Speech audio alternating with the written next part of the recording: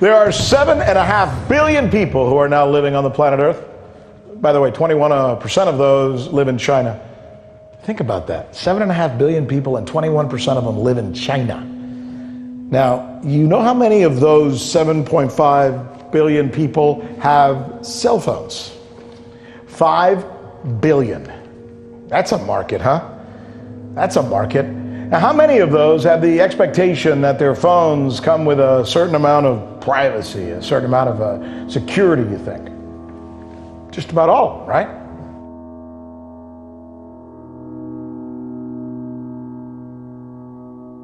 It looks like a naval radar scanning for enemy ships. The Deadbeat map is an add-on to the Chinese social media platform WeChat. It allows users to pinpoint the location of those who have failed to pay their debts within a 500-meter radius. This naming and shaming app essentially is China's latest tool to monitor the behavior of its citizens and to pretty much distinguish between those who are trustworthy and those who are disobedient. It's pretty terrifying. Tell us more about this app. Well, as you mentioned, this is part of China's social credit system, which is reportedly going to be mandatory by 2020. Be so happy that they won't protest, they will never criticize the government and all that sort of stuff. But the trade-off is your privacy. Yes. You know, maybe that's a gamble that's worth it. Maybe people really don't appreciate their privacy all that much. I mean, look at us here, right? Yeah. We've been handing over our privacy to private companies for years now. So, I mean, is that likely to work? Do people not care that much about their privacy? Well, listen, if people here are willing to hand over all of our privacy, much of our privacy, in exchange for commercial and material efficiency, what's to say that 1.4 billion people in China wouldn't give over their privacy for governing efficiency? So when we talk about how China is trying to become an AI superpower in the 21st century, that's about controlling an industry that has global implications.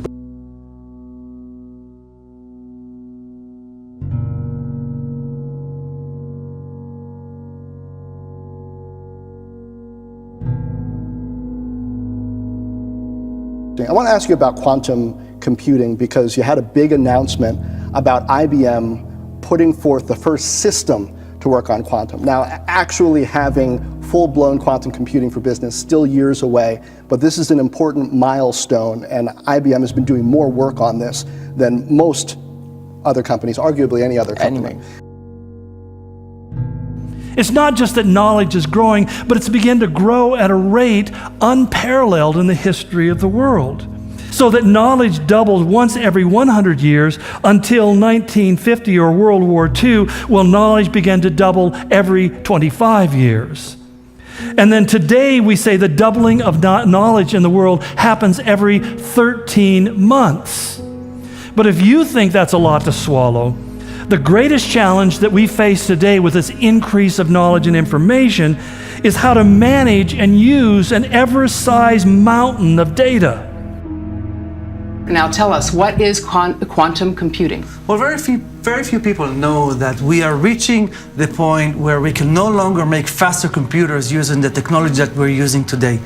This year, IBM began to help us take that first step in producing the first commercially viable quantum computer. Now, what is a quantum computer? Well, I don't know what's going to cost. They just profiled it just about a month ago, and it's an amazing 20 by 20 box. But the fact is, it's going to be probably in the range of billions of dollars. But the value of this piece of equipment, which is so necessary, is its ability to basically atomically process information rather than rely upon silicon chip-based computers. Guys, what will quantum computing help us do that we cannot do today? Well, basically what we will be able to do is operations that today take us, let's say, hours or days, we can do it in a blink of a second. It has the ability to take massive amounts of data and crunch them and sort them according to the algorithms that are written to get the information that you want. So that for the first time we have a computer-based system that can actually process all the data that needs to be able to be processed for this kind of system to come into place. We're going to basically lay out the needed steps for organizations, government, NGOs, IBM whatever. Security has invested independent research and development. Absolutely. All right, well, IBM, Google, Microsoft, everybody's after the technology. well, we look forward to following this as it evolves. Now, not only is the quantum thousands of times faster than a silicon-based computer, but it's absolutely necessary for creating the Internet of Things. Since the birth of sewing and weaving, technology has always led developments in fashion. The Industrial Revolution mechanized manufacturing, enabling mass production. In the 1960s, synthetic materials like polyester took off, creating new possibilities for fashion. Now, the convergence of new technologies is opening up previously unimaginable possibilities. And when the Internet of Things becomes online, and what that means is that everything in your world will have a radio frequency ID or a chip in it. The convergence of fashion and technology also provides opportunities to transform not just clothes, but the people wearing them.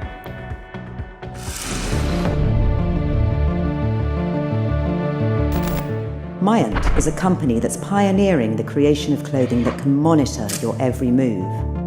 We call it textile computing. Some other people call it smart fabric. I mean, we're talking about every piece of clothing you're wearing will have a small chip in it, so that if we find a shirt on the street, we can, just like some people brought my dog back once. I thought that was the worst thing I ever did, is put a chip in that thing. But put the... Run, Forrest, run! Anyway. But it's hard for us to imagine, but everything will have these very inexpensive chips put in them so that the manufacturer, the owner, and everything, the time of bought, everything about it will be known and will be traceable. Essentially, it's an interactive fabric that could sense data from you.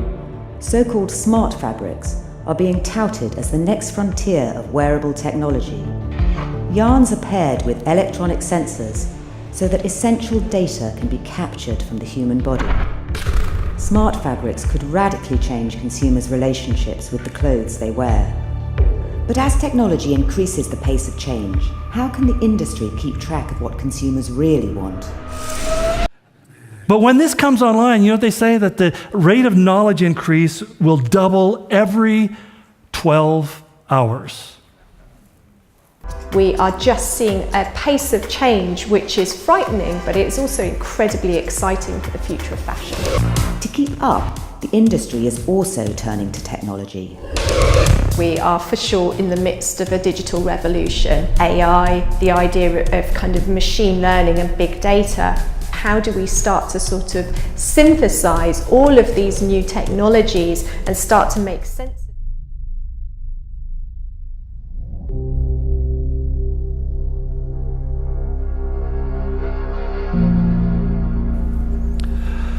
All of this is leading to the development of far more complex algorithms. And basically, what an algorithm does is it places a value on certain pieces of information and discards the things that aren't value. So like when the Chinese are doing today with their social credit score. I mean, we're pointing to China, but here too, there's a sort of Black Mirror effect. We all have a financial credit score, and more we're asked to grade, you know, our Uber drivers, but also our Airbnb hosts. So it is something essentially that's coming into our society slowly but surely. And here the state is already using data in an effort to control the behavior of its citizens. Journalist Leo Hu is barred from some hotels. He can't buy property. He can't even take a high-speed train.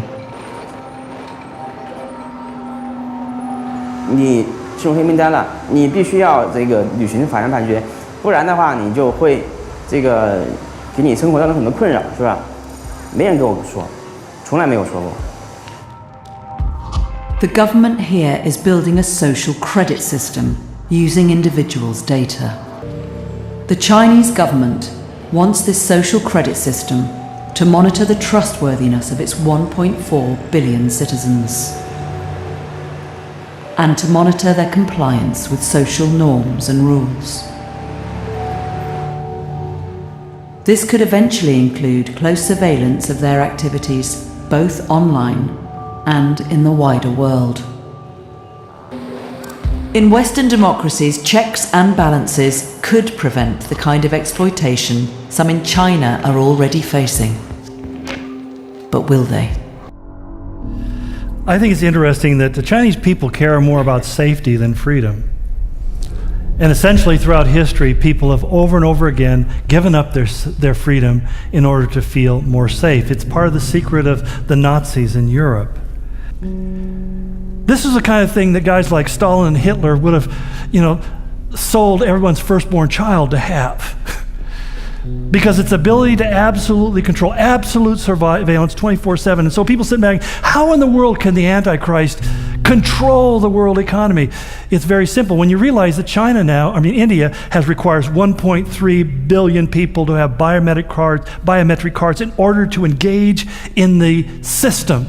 They cannot buy or sell or travel or anything else without having their card. And you realize on the other end, you've got China with 1.2 billion people. We're getting close to half the world's population is already part of this kind of surveillance system. And it's reaching all over. Somebody just sent me an article the other day where Venezuela now is working with ZTE, one of these Chinese companies developing this technology, because Maduro in Venezuela would like to have that kind of control over his population. Basically, without the biometric card, you can't buy or sell in Venezuela. It's happening all around us, and we have it. We just don't have a despotic government. Well, maybe I should rethink that. We don't have the same level of despotism in our country that exists in other countries. But if the history of the world is true, and it always tends to be, it's just a matter of time. We've never had a weapon that we haven't used. We've never had a technology that we haven't used. And we've used them for good things, and we've used them for some nefarious things. And it's coming. With the help of artificial intelligence, engineers have created a system that translates thoughts into actual speech. Now, the advancement is giving new hope to people who have lost their ability to speak.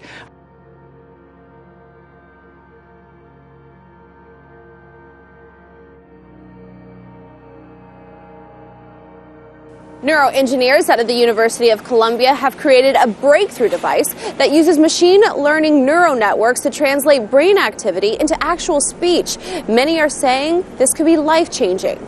And in fact, again, I'm not just pulling this out of conjecture. A recent article by the Australian Broadband that basically they have a news magazine, they talk about technology. According to the Future Business of Australia 2040 report, they said most workers are predicted to have embedded personal technology within 18 years. But they go on and say many activities may even be possible simply through mind control. They're talking about neurological biometrics, where they put things in you that can actually read your thoughts. The vast majority of our employees absolutely love the conveniences that having this chip in their hand really brings. I can log into my computer with this, which I do every day. I can log into my phone with it. I can pay for items if I forgot my credit card or my phone. I can log into work. This is the actual size of the chip. I don't know if you can see that, but it is the size of a grain of rice, literally. That can draw from the cloud, which can store an unlimited amount of data, and it's going to be transmitted to us on 5G networks. 5G technology is being sold as the future. It will let you surf the web and download content faster than ever. But there's just one problem. Scientists and medical professionals are petitioning against a 5G network rollout. We all want faster cell phone service, and the race is on for 5G, but it comes at a cost. A 30-foot cell phone tower coming soon to a neighborhood near you. And we'll be seeing a lot of these shorter 30-foot towers go up. This one is already up in Denver. Let's listen to what Dr. Sharon Goldberg has to say. She's a clinical researcher and an internal medicine physician. This is what she has to say about what we're using today. Wireless radiation has biological effects, period. This is no longer a subject for debate when you look at PubMed and the peer-reviewed literature. These effects are seen in all life forms: plants, animals, insects, microbes. In humans, we have clear evidence of cancer now. There is no question. We have evidence of DNA damage, cardiomyopathy, which is the precursor of congestive heart failure. Neuropsychiatric effects. Well, a few days ago, actually, a group of scientists, doctors, environmental organizers, and concerned citizens got together and they called for the urgent stop to the deployment of 5G. They said that it's been proven harmful to human bodies, that this is an experiment on humanity, and that this should be called a crime under international law. And this is the attraction to 5G. It means uninterrupted, constant flow of data at levels that are hundreds, if not thousands of times greater than you can get from your ordinary cell tower today. This is a great, big, beautiful tomorrow. Because, I mean, I'm so tired of having to wait.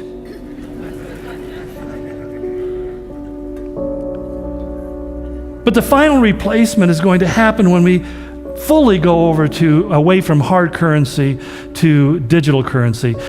Is Canada going cashless? Some interesting data points in a survey in today's Globe and Mail about the number of Canadians choosing to just use plastic or contactless payments through mobile apps. 63%, they never carry cash.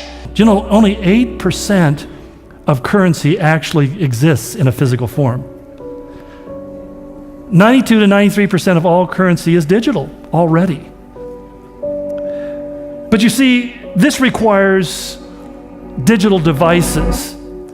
And currently, today, there are 10 billion with a B, 10 billion digital devices on planet Earth. Wow, impressive. By 2020, next year, there will be between 50 and 60 billion digital devices on the planet. And by the year 2030, 99% of all things on the planet will be connected to the internet. 99%, not just devices, 99% of stuff. And of course, there's another concern, which is that subtle psychological messaging that this technology, that use of this technology gives us, especially to kids, that to gain access to knowledge or money, because there are payment systems that use biometric identifiers, food, travel, any sort of item or activity, you have to hand over your privacy. So what we're really seeing is the normalization of a cashless society and the normalization of the extinction of privacy. All this information is gathered up, and they just simply have to write the algorithm that they need to sort the data, and they have the quantum computing which can do it fast enough so that instantaneously information about you can be grasped. Now, the question is, okay, great theory, but where is this practically being played out? Roll the video. In addition to the US, there are numerous countries with some sort of biometric identification grid that I know of. Let's take a look at this list of countries. This is an extensive list, and this is the only the countries that I was able to find today. So this is everything from passports, border security systems, some other form of ID cards, and what we're really seeing is that we are handing over our biological information, knowledge about our physical characteristics, to these state actors. Leaders from various industries around the world have gathered in Davos, Switzerland for the 2019 World Economic Forum, where artificial intelligence is a top subject of discussion. Since 2015, Sophia stepped onto the celebrity stage, gracing magazine covers, singing with Jimmy Fallon. Say something, I'm giving up on you. Even going on a date with Will Smith. Let's hang out and get to know each other for a little while. In 2017, she's addressed the United Nations. I am thrilled and honored to be here. And already had a Twitter feud with Chrissy Teigen. Guess who came to support us at Lip Sync Battle Live? But don't worry, they're friends now. Oh my gosh!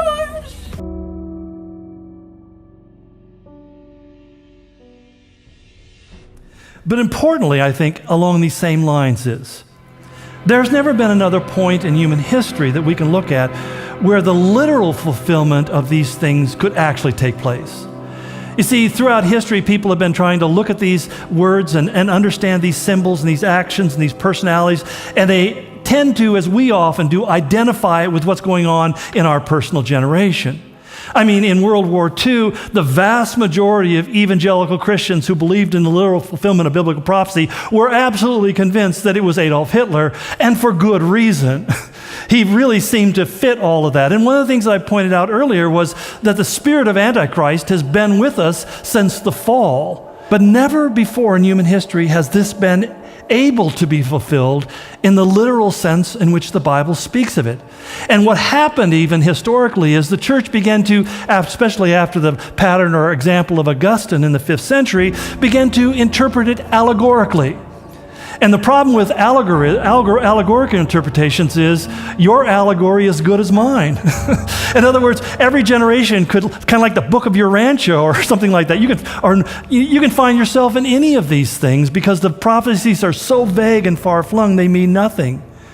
And so once you disconnect the prophecy from historical reality in the future and give it something other than a very literal meaning, you will be free to give it any meaning you want. Yet today is different because today we can look at it in its most literal meaning and we can see the possibility of its fulfillment in the world in which we live. And the idea of one universal economy where nobody can buy or sell without being part of it has never been a reality until the day in which we're living today. In fact, it's almost like a tsunami of information and knowledge that has so hit us in our day and age, it's changed everything.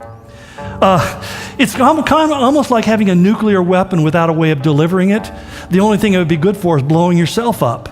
And so you have to have a delivery system, and Satan has to have a delivery system for this universal world income or economy.